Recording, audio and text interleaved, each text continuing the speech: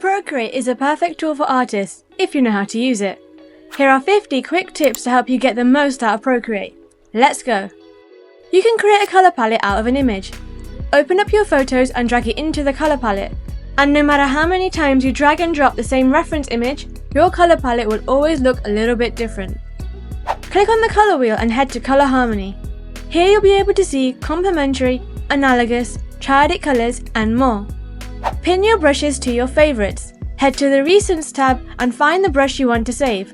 Swipe left and click on the pin. Swipe left and hit Find to see its original pack. You can only save 10 brushes at any time, so hit Unpin if you want to remove it from your favorites. If you want to save the brush settings, click on the plus icon, and to remove them, click on the minus icon. If you slide down your canvas, you'll bring up some copy and paste settings to duplicate and move the items in your layers around faster. If you want to remove this line in your filled in line art, drag the color into the shape, drag to the right to adjust the full threshold. Did you know that you can create your very own signature as a stamp? Head to the Actions tab and click on Copy Canvas. Then click on the Brush tab and the plus icon. Head to Shape, then Source, then Import and Paste. Do a 2-finger tap on the screen. Click on Properties and use Stamp Preview. Did you know that you can detach your color wheel?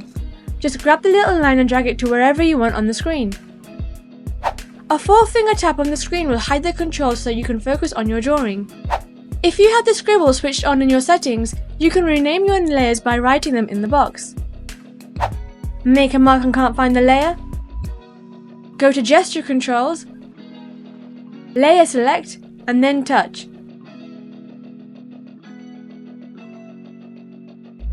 Pull out the brush scale so you can move it around the edge of the canvas. Pinch the color sphere to remove the color wheel. A 3-finger swipe will erase everything in that layer. Hold down the layer and all the other layers will close. Click on Actions, Canvas, and then Reference. Find your reference image and import it. You will now be able to keep a floating reference image to help your project. You can copy layers from one project to the other. Just swipe left on the layers you want to select, drag it into your gallery, and drag it on over to the project you want to copy it to. By turning on Page Assist, you can create your very own digital sketchbook. Every page is a new layer. If you want to draw a polygon with nice clean edges, draw your shape and keep holding down. Eventually, your shape will snap to a polygon. This also works for lines and scribbles that you want to convert into clean straight edges. If the brush size and opacity is scaling a little bit too quickly for you, drag your pen to the right and move up and down. Open up Procreate and tap on the little plus icon. There are so many preset canvas sizes here, but the DPI and the pixel sizes are way too low. Click on the new canvas icon and you'll see something like this. On the left you can see millimeters, centimeters, inches, but for this, tap on pixels. First things first, we're going to change this number to 2480 and then the second one to 3508. Change the DPI to at least 300 and it'll tell us that we have 70 layers to play with. What we've just done is create a brand new A4 canvas size with a high DPI, so your drawings will be nice and crispy. The benefit of doing this is that you can now print your work in standard size, so you're not having to resize them later on if you want to create prints. Here's a list of canvas pixel sizes for you to screenshot in standard size, social media sizes for Instagram, TikTok, whatever you want. Now, before we tap Create, we also need to improve the time-lapse settings. Click on the time-lapse settings on the left and the default should look something like this. Change the resolution to 4K with lossless quality. So next time you export your time-lapses, they will be a lot clearer. Now, did you know that you can turn your art into a portfolio? Open up any canvas and tap on Actions, Canvas, and then Page Assist. Every layer on this canvas will serve as a new page, so you can create a page for each artwork. You can scroll along the bottom to go to each page. Did you know that you can actually animate in Procreate as well? Tap on Actions, Canvas, and then Animation Assist. This time, each layer is a brand new frame. If you want to create a simple moving animation, you can set the first frame to background so it will remain there constantly throughout the animation. and then for every frame afterwards, you can add your animations. You can use Procreate for the simple stuff. The app has a flat fee of $9 and Dreams, Procreate's designated animation app, has a flat fee of $20. You can do so much more with Dreams though, so if animation's your thing, definitely go and check that out. If you want me to do a video on it, let me know in the comments. This next tip is a really quick one, but if you swipe right next to each layer, you can then select as many layers as you want. You can move them, group them, delete them. This is probably my favourite tip, but did you know you can actually draw over 3D models in Procreate as well? If you have 3D models ready to go, you can import them directly into Procreate. They'll need to be either OBJ or USDZ file types. Now, I don't have any, so I'm just going to download Procreate's free 3D model pack instead. To do this, tap on Actions, Help, and then download 3D model pack. Wait for that to load, it might take some time. And once it's done, pick a file and draw away. And if that's not cool enough, did you know that you can view your 3D models in augmented reality? Tap on Actions, 3D, and then View in AR. Give Procreate camera access and you'll now be able to see your model in the real world. If you want to draw something within the boundary of another layer, there are two ways that you can do this. Option 1 is to create a clipping mask. To do this, create a new layer above, tap on the layer, and then select clipping mask. You'll notice that whatever you draw will be within the boundaries of the layer that you've clipped to. Option 2 is to create an alpha lock. This time tap on the layer that you want to draw on, then tap on alpha lock. You'll notice that the layer will look like it doesn't have a background. So now if you draw on that layer, you'll only be able to draw within the boundaries of the shapes within that layer. Now, the difference between an alpha lock and a clipping mask is that the clipping mask requires an extra layer, but the alpha lock doesn't. If in the future you want to remove something, you'll kind of have to redraw that part again. But for the clipping mask, you can just erase that layer completely or manipulate it however you want. I have a hard time committing to a decision when I'm drawing, so I mainly just use a clipping mask. Speaking of manipulating things, a good way to bend the proportions of something is to use the Liquify tool. In your canvas, click on Adjustments and then Liquify. You can then mess around with the setting at the bottom to change the size, the direction, or even the texture of something within that layer. I like to use the crystal setting sometimes on the edge of my portrait to give it that illusion that the colours are bleeding into each other. Using any of these tools is a great way to fix something without having to redraw the whole thing again. Number 1. Draw using your face. This one's perfect for the makeup artist because did you know that you can actually draw directly onto your face using Procreate? Open up a new canvas in Procreate, click on the Actions, Canvas, and then Reference. You should get a little pop-up looking like this. Head to Face and you should be able to see yourself in the camera. Hi! Your background should become transparent and you'll see these markings for your eyes, your nose, your mouth. Have fun! Number 2. How to download fonts. Procreate already has loads of fonts, but you can import more. Open up Google and head to dafont.com. Find a font that you like, download the files and unzip them. Once you're ready, head back into Procreate, tap on Actions, and then Add Text. Type in whatever you want, and then double tap on the text. You'll get this floating menu where you can change the font, size, alignment, tap on the font, and then Import Font. Fonts are stored alphabetically in the menu, so just scroll down to find the font that you want, and there you go. I've used a font since I was in primary school and it's just what I'm used to. There are so many more sites where you can download fonts from, but just be mindful of the legitimacy and the security of the site, and of course any licensing. In Dafont, you can actually see the licensing of each font next to it, so you'll know when and where you're legally allowed to use it. To make matters easier, you can also just filter to see only the 100% free fonts. Number 3. How to download brushes. Procreate has so many default brushes, but did you know that you can actually add more? Open up Google and type in Procreate brushes and you should find plenty of sites where people have created brushes for you to download and use. Download the brushes that you like and head back into Procreate. Click on the brush icon and then the plus icon. Head to Import, find your file, and there you go. If you want the same brush that I've got here, click on the link in the description below. If you have downloaded one singular brush, it will be imported into one of two places. Option 1 is the same folder that you added your brush to, or option 2 in the Imported tab found at the bottom of your list of brushes. If you imported several brushes in a brush pack, you'll find it at the top of your brushes in its own folder directly under Recents. By the way, I'm on Instagram. If you want to check out my work, then go right ahead. I'm artbykrishie everywhere. I post my art, I post process videos, I post art advice over there too. Go check it out. Number 4, combine your brushes to create a dual brush. Now, this is something that I didn't know about until I was making this video. Head to your brushes tab and then swipe right to 2 of your brushes, then click on combine. Tap on them again and you'll see them both here. You can now mess around with the properties of both of them and experiment with different blending modes until you're ready. There are 2 instances where this won't work. One is when the brushes you are attempting to merge are the default brushes. To fix this, duplicate the brushes by swiping right and then tapping duplicate, and then use the copy versions of the brush.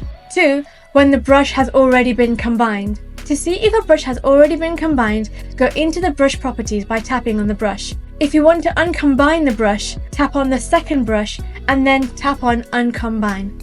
Number 5, streamline settings for smoother. Number 5, streamline setting for smoother drawing. If you want your brushes to look smoother, tap on the brush, head to stabilization and increase it.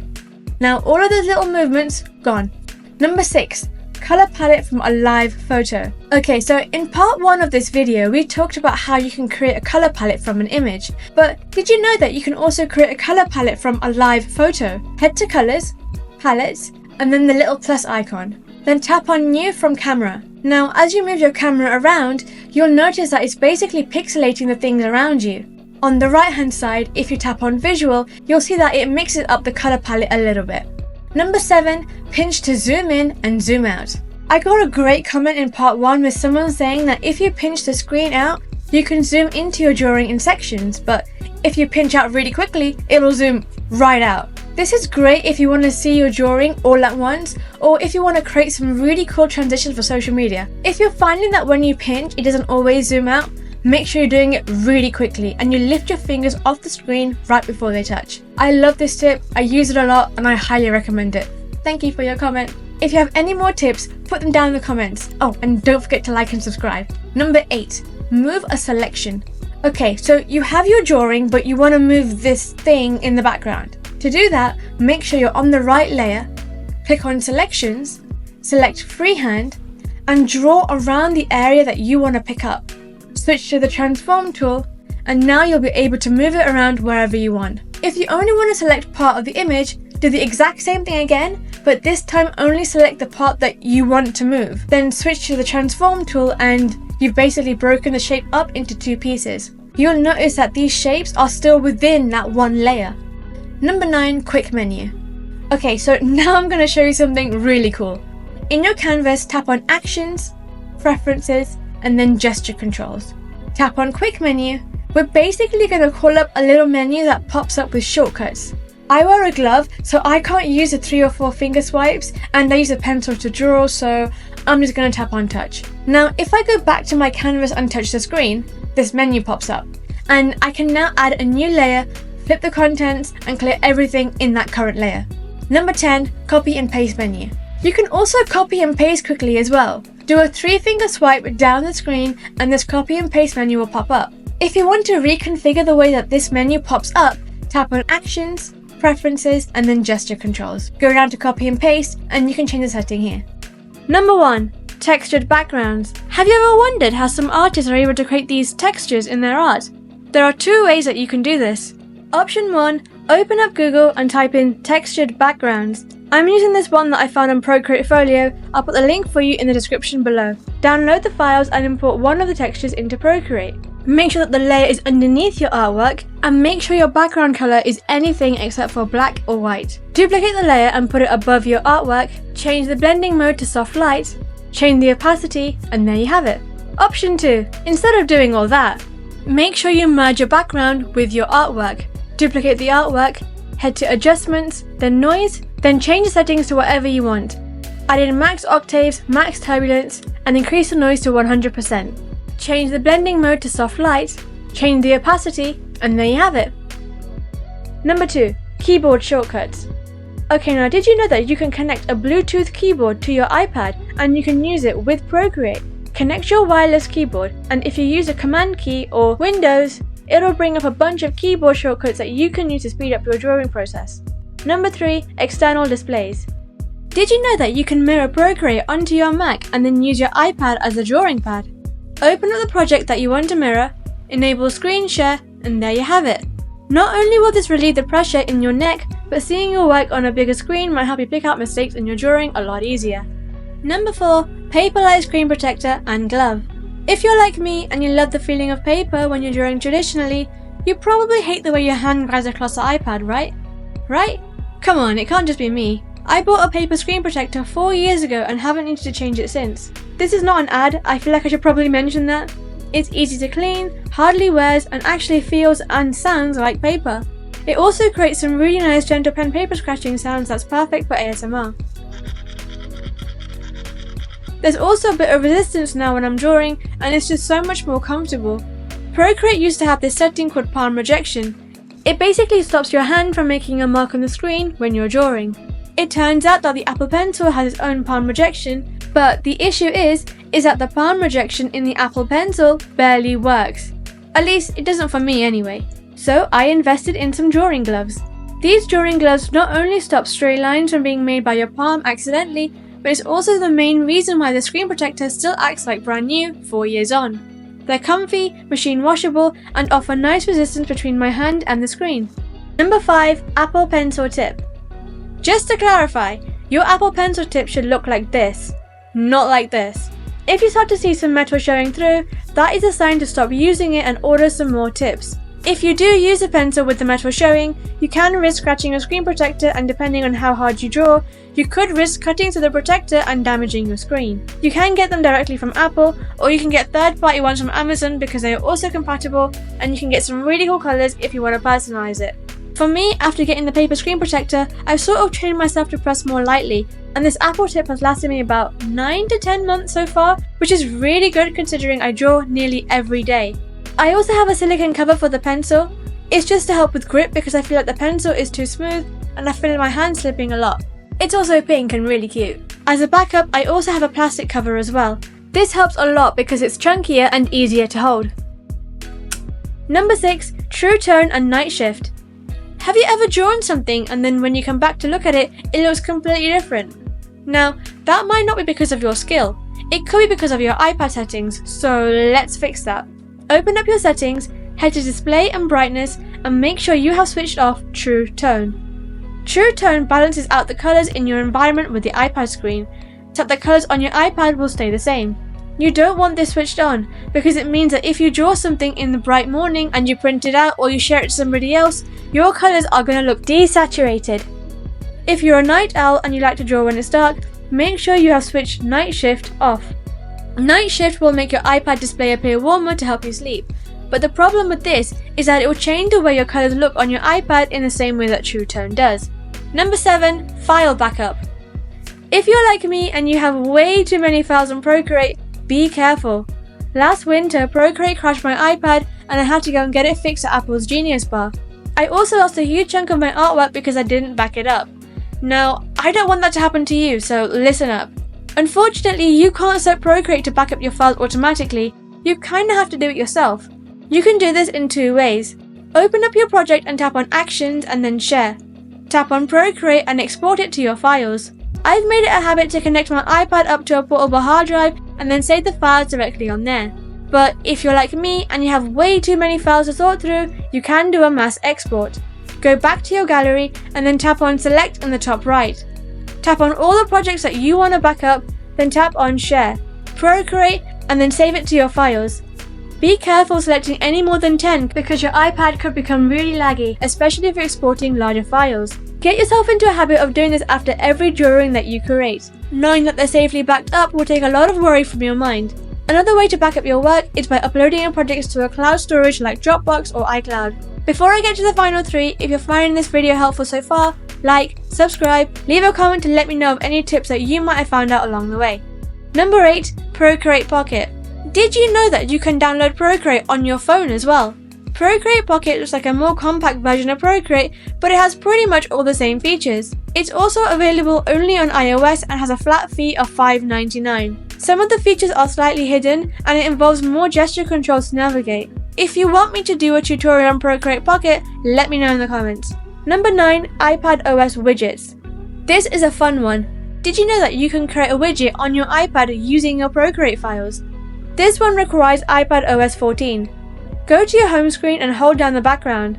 Click on the little plus icon at the top, tap on Procreate, and select a widget. It will be added to your home screen. Now, if you tap on it, it will take you to your most recent artwork. Pretty cool, huh? You can also have floating images of your drawings hanging out on your home screen too. Download a widget app. I use color widgets. Find a widget style that you like and upload your drawing. Once you've done that, go back to your home screen and hold it down. Tap the plus icon at the top, head to color widgets, find your widgets, and there you go. Number 10, Procreate Folio.